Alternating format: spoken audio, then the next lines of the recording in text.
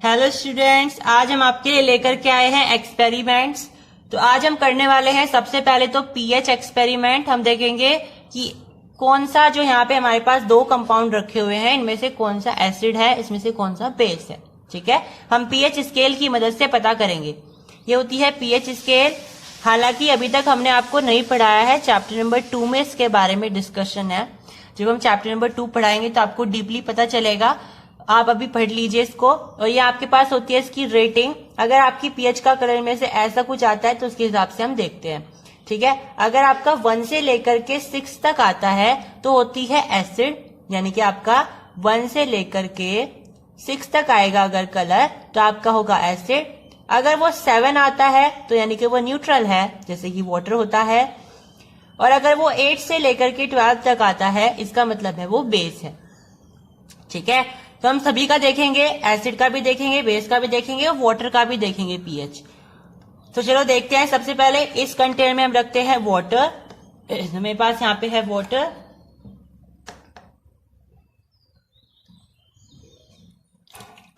तो मैंने थोड़ा सा वाटर यहाँ पे ले लिया है। एक पीएच स्केल देखेंगे, यहां से निकालेंगे और यहाँ पे मैंने पीएच स्केल में इसको डिप कर दिया।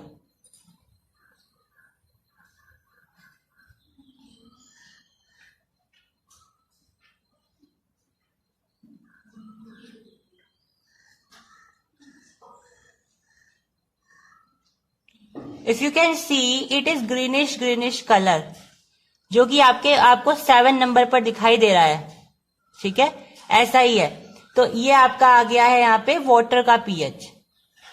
ठीक है, यानी कि हमें पता चल गया है कि ये न्यूट्रल है। ऐसे हमें एसिड का निकालना है, बेस का निकालना है। लेकिन देखो यहाँ पे हमारे पास ये है, आपके पास यहाँ पे सीट्रिक एसिड। अब सीट्रिक एसिड में अगर आप ऐसे ही ड्राई में ही अगर आप पीएच रखोगे तो कोई नहीं, कुछ चीज नहीं होगा, इसमें रिएक्शन भी नहीं होगी और हमें पता नहीं चलेगा कि ये क्या है, एसिड है या बेस है।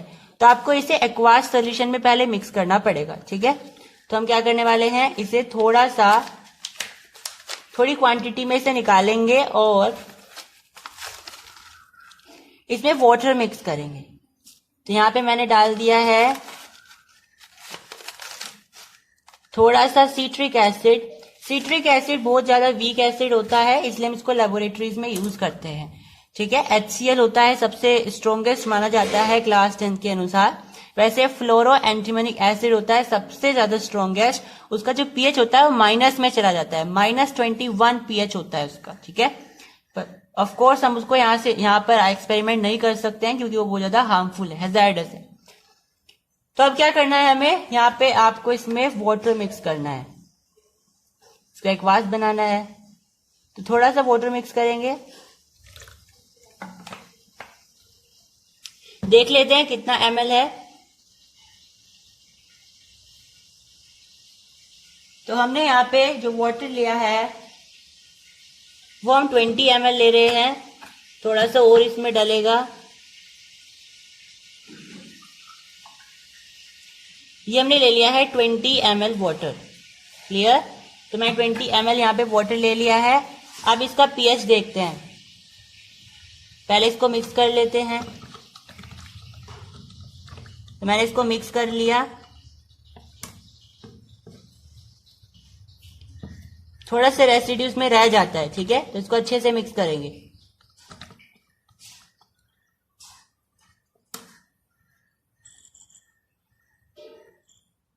तो अब देखते हैं इसे डिप करके इसमें हमारा कौन सा कलर आता है।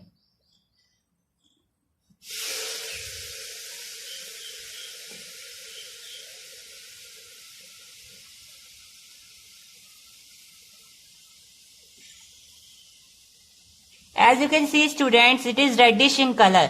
और रेडिश इन कलर किसकी तरफ है, आपका एसिड की तरफ है। ठीक है, ये जो रेड, येलो, ऑरेंज है आपके, ये सारे एसिड की तरफ होते हैं। और जितने भी डार्किश कलर होते हैं, ग्रीन, ब्लू, वायलेट, ये सब आपके बेस की तरफ होते हैं। तो as you can see it is reddish in colour. से हमारे आ गया एसिड का, इसको इधर रख देते हैं। उसके बाद हम लेंगे यहाँ पे बेस के लिए। तो थोड़ा सा वाटर ले लेते हैं, 20 ml वाटर।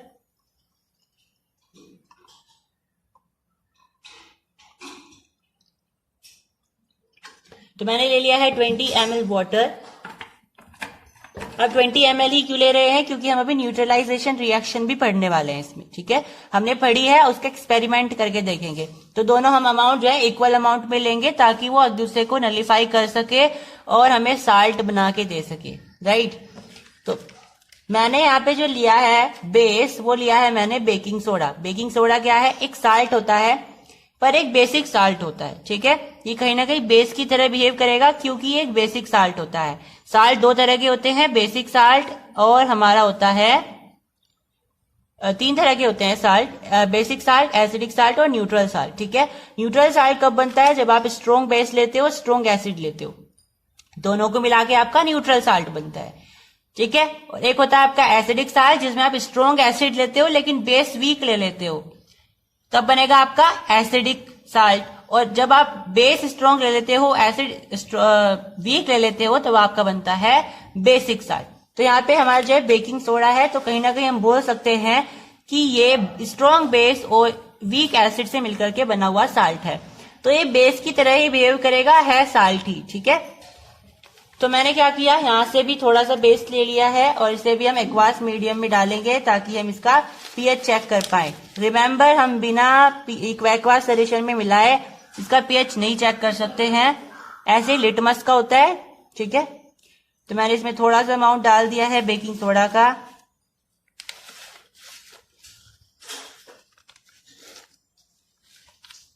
इसको मिक्स करेंगे प्रॉपरली।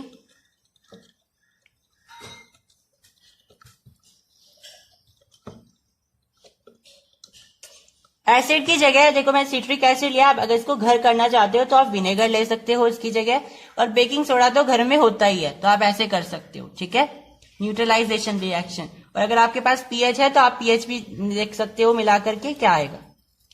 तो मैंने ले लिया है पीएच यहाँ पे, और बेस के लिए देख रहे हैं हम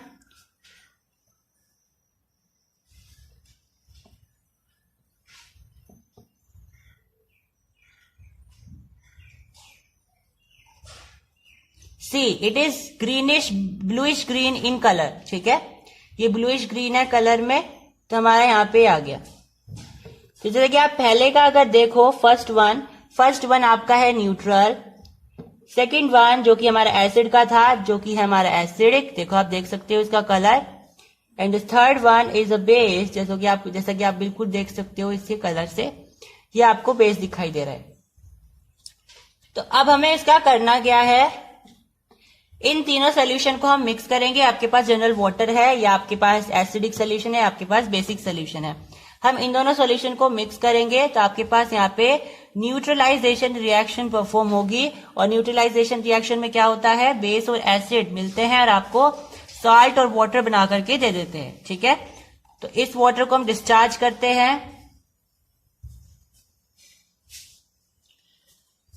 अब हम यहाँ पे डाल रहे हैं इसमें acid, this is your acid, and now this is the base. See the reaction.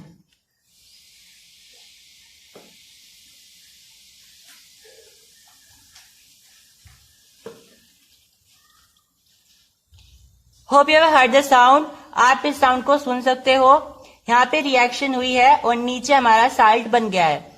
हो सकता है आपको अभी नहीं दिखाई दे रहा हो, तो अगर आप इसे बिल्कुल ऐसे ही छोड़ते हो बहुत दिन के लिए, तो इसका पानी जो है खुद ही सूख जाएगा और नीचे आपका साल्ट बनेगा।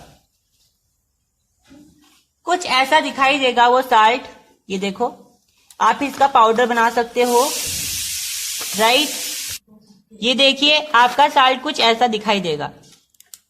आप इसका पाउडर बना सकते हो, then your salt will be ready, ठीक है।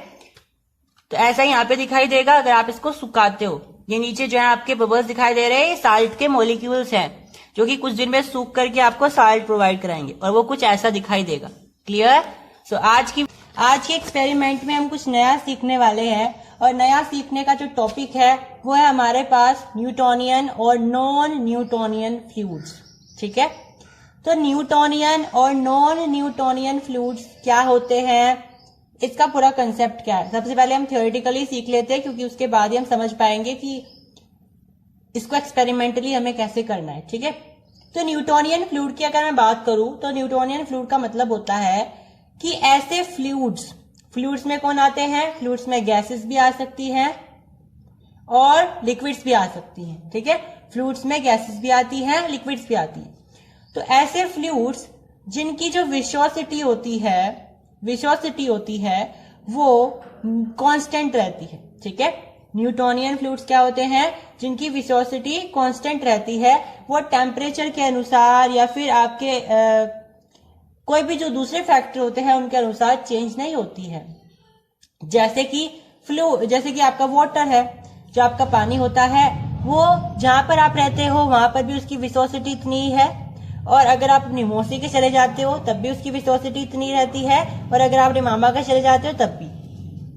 दूसरे एग्जांपल्स क्या हो सकते हैं न्यूटोनियन फ्लूइड के, भाई आपका अल्कोहल होता है और ऑयल होते हैं, गैसोलीन होती है, ये सारे आपके न्यूटोनियन फ्लूइड के एग्जांपल्स होते हैं। अगर मैं नॉन न्यूटोनियन फ्लूइड की बात करूं तो इसका उल्टा होता है, यानी इसकी विस्कोसिटी आपके टेम्परेचर पर डिपेंड करती है, ठीक है। आप अगर अपना टेम्परेचर बदलते हो तो इसकी विस्कोसिटी कांस्टेंट नहीं रहेगी, वो वेरी करेगी, ठीक है। इसके एग्जांपल आप बोल सकते हो पॉलीमर होते हैं, स्लाइम होती है और प्री रिक्वेसाइट्स होते हैं, ठीक है। तो आज के जो हम एक्सपेरिमेंट में पढ़ने वाले हैं वो हम पढ़ने वाले हैं स्लाइम के बारे में। स्लाइम क्या है, नॉन न्यूटोनियन फ्लूइड का एग्जाम्पल है, क्योंकि भाई न्यूटोनियन फ्लूइड तो आप जानते हो, वाटर हो गया, ऑयल हो गया, ठीक है। इसका क्या एक्सपेरिमेंट आज जो हम करने वाले हैं वो स्लाइम यानी कि नॉन न्यूटोनियन फ्लूइड का एग्जाम्पल करेंगे कि आखिर नॉन न्यूटोनियन फ्लूइड दिखने में कैसा होता है, ठीक है। तो इस एक्सपेरिमेंट को करने के लिए हमें कुछ चीजें चाहिए, जैसे कि यहाँ पे आपको दिखाई दे रहा है इट इज कॉर्न फ्लावर, ठीक है। ये आपका कॉर्न फ्लावर है, ये मेरे पास रखी हुई है यहाँ पर। हम बोलते हैं इसको, जिसे हम बोलते हैं इसको फूड कलर, जिसको हम लेते हैं, सिप करते हैं, ठीक है। और मेरे पास पानी रखा हुआ है, वुडन स्पैचुला है, प्लास्टिक स्पैचुला है, ये मेरे पास बाउल है, और ये मेरे पास मेजरिंग बीकर है, और मेरे पास फूड कलर है, ठीक है। सबसे पहला स्टेप क्या है इसको करने का, हमें सबसे पहले एक छोटी सी बीकर लेनी पड़ेगी और हमें 30 ml ऑफ वाटर मापना पड़ेगा और बाउल में डालना है, ठीक है। यानी कि मैंने मेजरिंग बीकर ले ली है, इसमें मुझे 30 ml पानी मापना है और इसके अंदर में डालना, ठीक है। तो हम 30 ml पानी के लिए इसमें से डाल दें।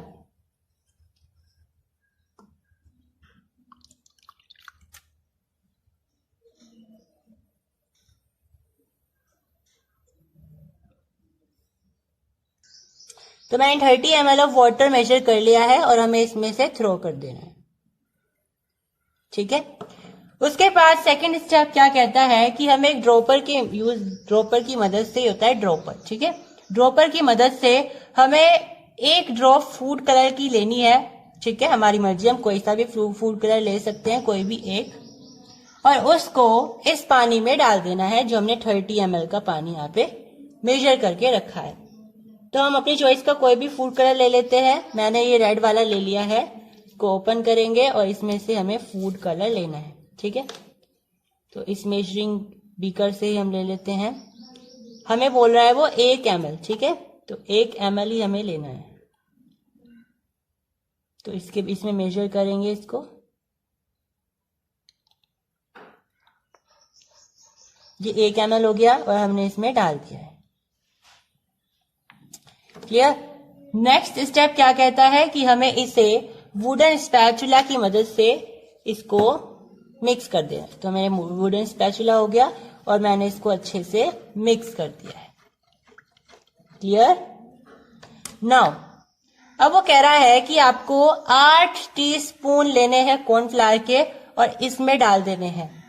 तो हमें टीस्पून होता है, ये होता है वुडन स्पैचुला, होता है टीस्पून, ठीक है। तो मुझे 8 लेने हैं, ऐसे 8 हमें लेने पड़ेंगे वुडन, हम बोलते हैं टीस्पून, और इसमें डालने पड़ेंगे। तो मैंने ले लिया यहाँ पे कॉर्नफ्लावर का पूरा ये पैकेट और मुझे इसमें से 8 डालने हैं भर के, ठीक है। तो this is 1, this is 2, third one, fourth one, fifth one,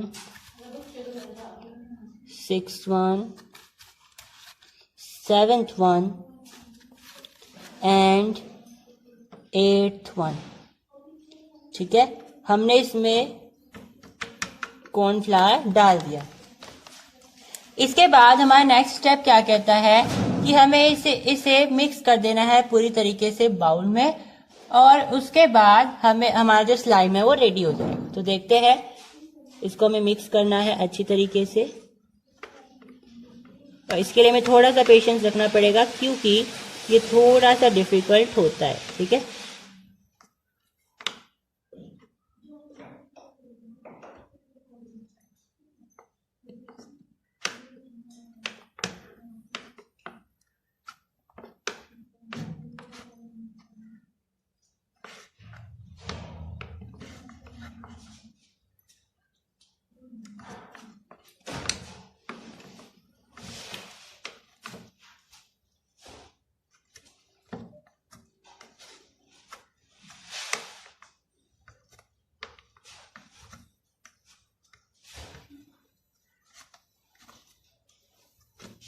इसको ऐसे मिक्स करेंगे जेंटली।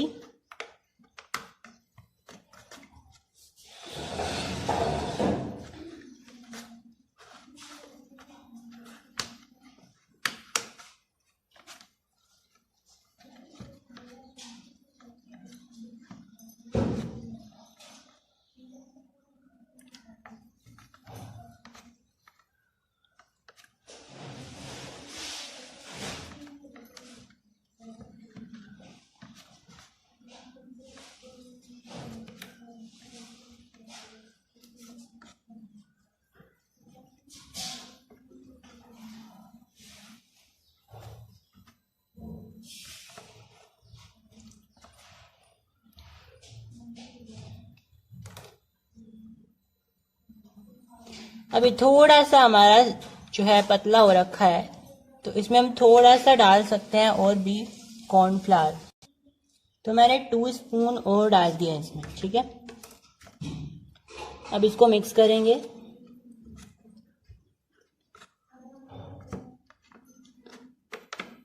अब देखिए, ये जो कंडीशन है इसकी, ये होता है स्लाइम, जैसे कि आप में थिक थिक पार्ट देख सकते हो। ठीक है, इसको आप देख सकते हो, ये बिल्कुल फ्लो कर जा रहा है। ठीक है, इसी को हम बोलते हैं स्लाइम। ये एक ऐसी कंडीशन है, अगर आप इसका टेम्परेचर बदल देते हो तो इसकी विस्कोसिटी बिल्कुल चेंज हो जाएगी। ठीक है, ये टेम्परेचर पर डिपेंड करता है। हो सकता है आपकी लैब मैनुअल्स में कुछ और दिया गया हो, कुछ और का मतलब मेरा है कि इसकी जो कंडीशन है, स्टेट ऑफ मैटर है, उसमें थोड़ा थिक दे रखा हो, इसमें थोड़ा सा लूज आएगा। क्योंकि हमने पढ़ा है नॉन न्यूट्रिएंट फूड किस पर डिपेंड करते हैं, टेम्परेचर पर डिपेंड करते हैं। ठीक है, इसकी विस्कोसिटी टेम्परेचर पर डिपेंड करेगी। तो ये हमारी स्लिम आ रही है क्योंकि ये टेम्परेचर पर डिपेंड करती है। अगर हम बात करें न्यूटोनियन की, तो हर जगह सेम आएगी। पानी का जो स्ट्रक्चर है, ये आपके पास स्टेट ये ऐसा ही है अभी भी, और अगर आप कहीं भी चले जाते हो तो ये ऐसा ही रहता है। ठीक है, ये टेम्परेचर पर डिपेंड नहीं करता है, ये ऐसा ही दिखाई देगा, लेकिन ये थोड़ी इसकी विस्कोसिटी हमारे यहाँ पे चेंज होती नजर आएगी। ठीक है, अगर आप इसको बहुत ज्यादा हीट करके लाते हो तो आपके पास ध्यान में रहेगा कि इसकी जो विस्कोसिटी है वो थोड़ी सी बढ़ जाएगी। ठीक है, समझ में आई? तो ऐसे आपके पास हनी होता है, हनी की विस्कोसिटी भी टेम्परेचर पर डिपेंड करती है। क्लियर? तो आपको ये ध्यान रखना है इस तरीके से। जैसे कि डिस्कस करने वाले हैं बाथ बॉम्ब के मैकेनिज्म के बारे में। आप सबने बाथ बॉम्ब्स के बारे में सुना होगा, बहुत सारी वीडियोस वायरल भी हुई थी, किस तरीके से बाथ बॉम्ब को पानी में डिसॉल्व किया जा सकता है, फिर उसके अंदर से कुछ सब्सटेंस निकलते हैं जो जापानीज प्रोडक्ट है। तो ऐसा क्या होता है बाथ बॉम्ब्स में कि वो एकदम से पानी में डिसॉल्व हो जाते हैं फिज वॉइस के साथ। आपने सुना होगा उसकी वॉइस कैसी होती है, फिज होती है। तो ऐसा क्या होता है उसमें कि उसमें से फिज वॉइस निकलती है और वो एकदम से वाटर में डिसॉल्व हो जाता है। So let's see. अब इस एक्सपेरिमेंट के लिए मैंने क्या क्या सामान लिया है यहाँ पे। सबसे पहले मैंने यहाँ पे सिट्रिक एसिड ली है। आप सिट्रिक एसिड की जगह विनेगर भी ले सकते हो या फिर कोई और वीक एसिड भी ले सकते हो। यहाँ पे मैंने लिया है बेकिंग सोडा। आप बेकिंग सोडा के अलावा कोई और बेस ले सकते हो जो कि वीक हो। यहाँ पे मैंने लिया है बिग मेजरिंग बीकर, जिसका कितना है 100 ml का है ये, और साथ में मैंने लिया है स्मॉल मेजरिंग बीकर जो कि 25 ml का है। साथ में मैंने यहाँ पे वाटर ले लिया है और एक प्लास्टिक आपको स्पैचुला लेना है जिसके यूज से हम इसमें सामान को थ्रो करेंगे। सबसे पहले हमें क्या करना है, यहाँ पे बेकिंग सोडा लेना है और बेकिंग सोडा में से 1 टेबल स्पून इस बड़े वाले बेकर में डालना है। तो यहाँ पे मैंने ले लिया है 1 टेबल स्पून बेकिंग सोडा और इसको हम इस बड़े वाले बेकर में थ्रो कर देंगे। ऐसे ही हमें 1 टेबल स्पून सिट्रिक एसिड का लेना है, या सिट्रिक एसिड की जगह आप दूसरा सब्स्टिट्यूट ले रहे हो तो वो लेना है। अब यहाँ पे मैंने ले लिया है सिट्रिक एसिड। कोशिश कीजिएगा कि सिट्रिक एसिड ही लीजिएगा, वो भी सोलिडिफाई फॉर्म में, क्योंकि आप विनेगर लोगे तो वो लिक्विडिफाई फॉर्म में होगा, उससे आपको रिजल्ट अच्छा नहीं मिलेगा। क्योंकि बाथ बॉम्ब्स जो होते हैं वो पहले सोलिडिफाई फॉर्म में होते हैं, उसके बाद वाटर में जाकर के वो अपने रिएक्शन दिखाते हैं। तो आपको कोशिश कीजिएगा कि सोलिडिफाई में लीजिएगा ताकि आपको रिएक्शन अच्छे से देखने को मिले। तो इसको आपको इसमें ही थ्रो कर देना है। अब आपको इसको अच्छे से मिक्स करना है, तो चलिए इसको मिक्स करते हैं यहाँ पे अच्छे से। सिट्रिक एसिड के थोड़े थोड़े से लम्स बन जाते हैं, तो कोशिश कीजिएगा उन सभी को आप अच्छे से बिल्कुल कोर्स पाउडर बना दीजिए, इसका फाइन पाउडर मिक्स करके इस तरीके से। हालांकि इस तरीके का जो हमने प्रोसेस है वो न्यूट्रलाइजेशन रिएक्शन में भी देखा था, लेकिन उसका कंक्लूजन हमने कुछ और निकाला था। अब इसका उसी चीज का कंक्लूजन बाथ बॉम्ब्स के मैकेनिज्म में लगता है, तो इसके लिए मैंने अलग से वीडियो बनाई है ताकि आपको दूसरा कंक्लूजन भी देखने को मिले कि इसमें होता क्या है। फिर जब बाथ बॉम्ब्स पानी में चली जाती है तो फिज की आवाज कैसे आती है और फिर वो एकदम से डिसॉल्व कैसे हो जाता है। ये अच्छे से मिक्स हो गया है, इसका एक कोर्स पाउडर बन गया है। अब आपको क्या करना है, ये जो स्मॉल मेजरिंग बीकर है इसकी मदद से आपको 20 ml वाटर मेजर करना है और इसमें थ्रो कर देना है। अब 20 ml वाटर को हम इसमें मिला देंगे।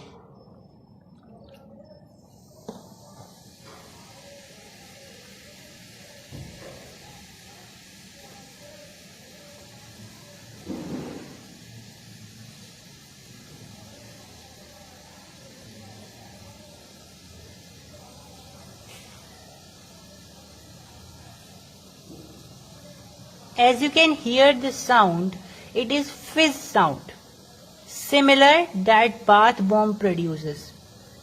बिल्कुल ऐसी ही साउंड है जैसे बाथ बॉम्ब पानी में जाकर के होता है। इसका मतलब पता है क्या है कि बाथ बॉम्ब सिट्रिक एसिड और बेकिंग सोडा से मिलकर के बना होता है, इसीलिए जब वो पानी में जाता है तो बिल्कुल ऐसी ही साउंड निकालता है, एकदम से डिसॉल्व हो जाता है। अभी आप देखिएगा, अभी रिएक्शन चल रही है और जैसे ही ये रिएक्शन कंप्लीट होगी आपको ये नहीं पता चलेगा कि ये दोनों इंग्रेडिएंट कहाँ गए, बिल्कुल अच्छे से वो डिसॉल्व हो चुके होंगे। और ये बिल्कुल वही रिएक्शन है जो हमने फर्स्ट लेक्चर में करी थी अपनी एक्सपेरिमेंट सीरीज की। यहाँ पे क्या बन जाएगा, साल्ट बन जाएगा। मेन इसमें क्या था, बाथ बॉम्ब का मैकेनिज्म, और साथ में ये जो गैस निकल रही है ये कौन सी गैस है, ये कार्बन डाइऑक्साइड गैस है। तो अगर आपको कार्बन डाइऑक्साइड गैस निकालनी है तो आपको बेकिंग सोडा को सिट्रिक एसिड में ऐड करना पड़ेगा, तब आपकी कार्बन डाइऑक्साइड गैस निकल जाएगी। हालांकि और भी बहुत सारे तरीके होते हैं कार्बन डाइऑक्साइड को प्रोड्यूस करने के, but it is one of the methods. ये उनमें से एक मेथड है जिससे आप इजिली कार्बन डाइऑक्साइड को प्रोड्यूस कर सकते हो। वहीं अगर आप इस रिएक्शन को किसी बोतल में करते तो उसके ऊपर आप एक बलून लगा देते तो वो बलून फूल जाता। आप ये भी करके देख सकते हैं। और वो बलून क्यों फूल जाता है, क्योंकि इससे कार्बन डाइऑक्साइड गैस निकल रही है। Is it clear? अब देखिए रिएक्शन हो गई है बिल्कुल साफ, एंड बिलीव मी ये बिल्कुल कोल्ड हो गया है, क्योंकि ये एक कैसी रिएक्शन है, एंडोथर्मिक रिएक्शन है। तो यहाँ पे जो यहाँ पे सोल्यूशन बनेगा वो एक कोल्ड सब्सटेंस बनाएगा, यानी कि एक ठंडा पीपीटी बनाएगा। नीचे एक पीपीटी बन गया जो साल्ट है। अब ये जो है बहुत ज्यादा ठंडा है, ठंडा इसलिए क्योंकि जब भी ये न्यूट्रलाइजेशन रिएक्शन होती है तो आसपास की सारी हीट इसमें लग जाती है, तो ये फिर ठंडा हो जाता है आसपास से। ठीक है, so it is quite cold now. So this was all in this video. Students, like the session, and as हम आपके लिए ऐसी experimental series लेकर के आते रहेंगे. Hope you have liked the sessions and subscribe the channel as well and share the channel with your friend circle as well. Thank you.